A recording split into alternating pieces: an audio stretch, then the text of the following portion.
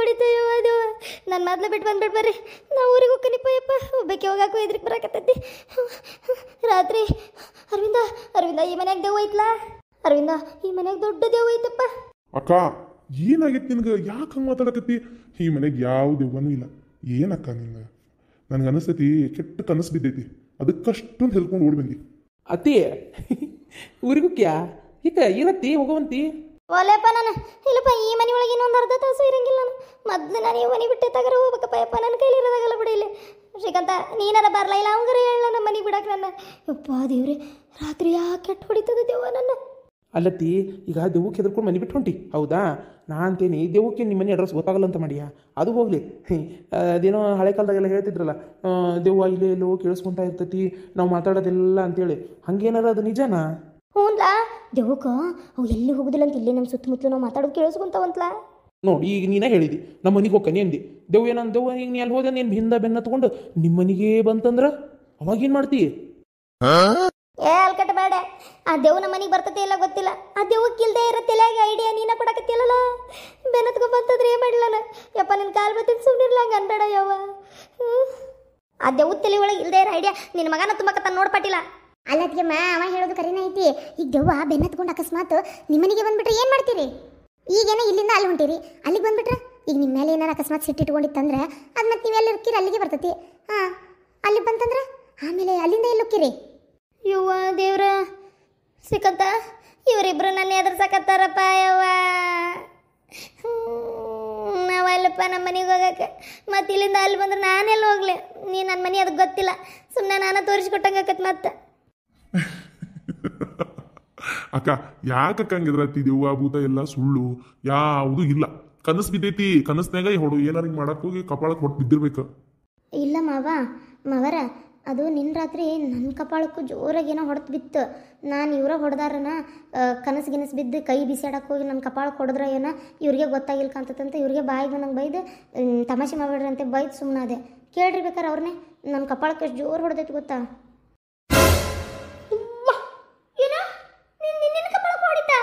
ಅಲ್ಲ ನಾನೇನ ಕೂಸಿಗೆ ದರಿದ್ರ ಇದು ಸರಿ ಇಲ್ಲ, ಇದ್ರ ಕಾಲು ಗುಣ ಬರಬರಿ ಇಲ್ಲ ಅಂತ ಬೈದಿದ್ದೆ.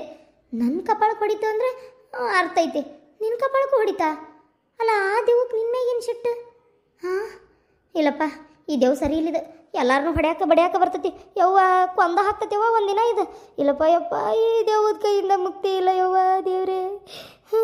ಪಾರ್ವತಿ ನೋಡಿದೇನ ನಿನ್ನ ಸಸಿ ಕಪಾಳಕ್ಕೆ ಹೊಡೆದತ್ತಂತ? ನಾನೇನ ಕನಸ್ಕಂಡೇನಿ, ಆಕಿನೂ ಕನಸ್ಕಂಡಾಳನ? ಪಾರ್ವತಿ ಏನಮ್ಮ ನಿಜ ನನಗೆ ಹೇಳಿದ್ದು? ಏನಪ್ಪ ಇದು? ಒಂದು ಅರ್ಥ ಆಗ್ತಿಲ್ಲಲ್ಲ.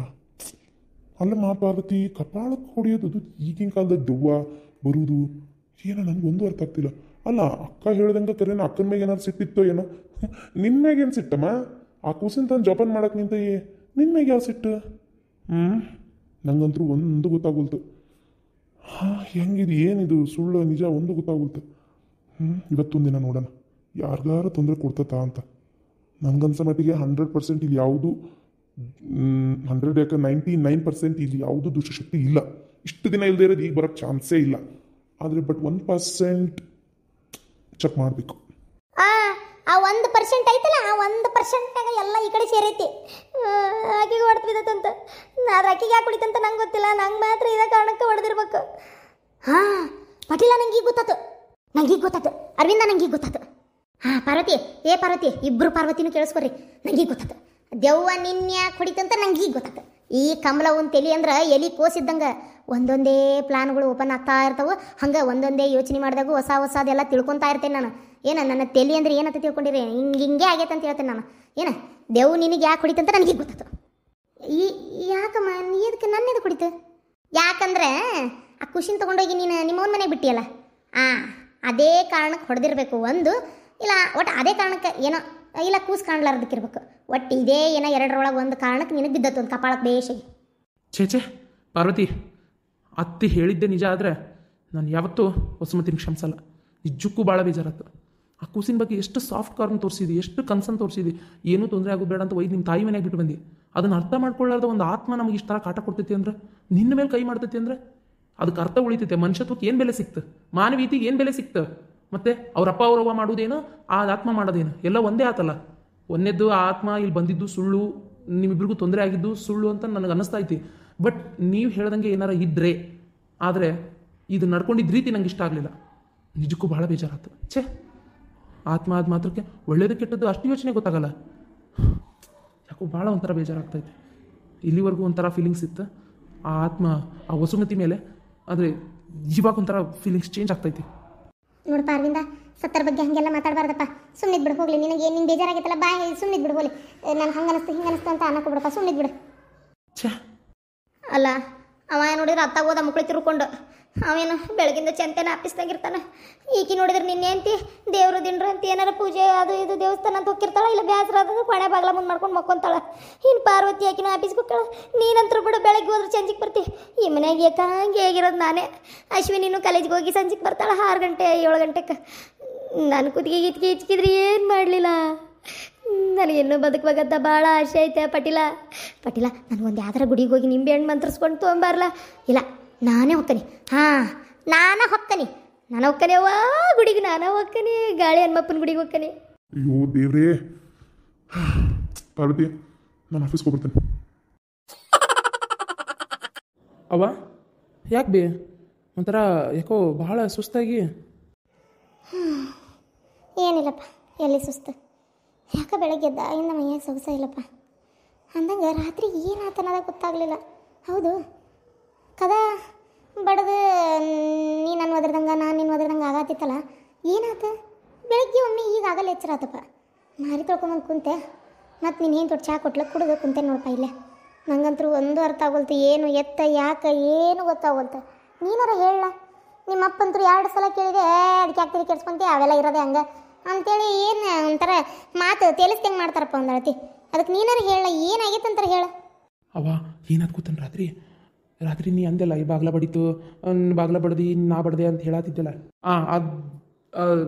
ಅದು ಕದ ಬಡಿತಲ್ಲ ಗಾಳಿಗೆ ಹೆದರ್ಕೊಂಡೇನೋ ಏನು ಹೇಳ್ತೇನೆ ಅಂತೇಳಿ. ಗಾಳಿಗೆ ಬಡ್ದು ಕದ ಶಬ್ದ ಆತ. ಆಮೇಲೆ ನಾನೇ ಒದರಿದ್ದು ನಿಂಗೆ, ಸುಮ್ಮನೆ ತಮಾಷೆ ಮಾಡತ್ತಿದ್ದೆ ನಿಂಗೆ.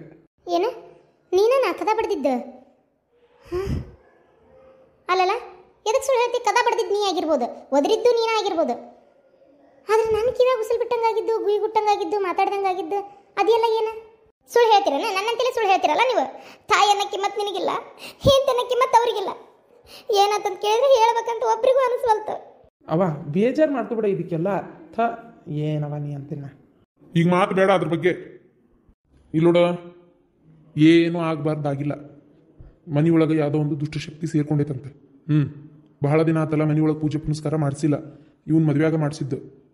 ವಾಪಸ್ ಈಗ ಒಂದು 4-5 ವರ್ಷ ಆದರೂ ನಾವು ಯಾವುದೂ ಪೂಜೆ ಪುನಸ್ಕಾರ ಮಾಡಿಸಿಲ್ಲ. ಮಗಳ ಮದುವೆ ಮಾಡಿಸ್ಬೇಕಂತ ಇದ್ದಿದ್ದು, ಅಷ್ಟೊತ್ತಿಗೆ ಆಕಿನ ಓಡೋದ್ಲು ಅಂತ ಅದನ್ನೂ ಮಾಡಿಸ್ಲಿಲ್ಲ.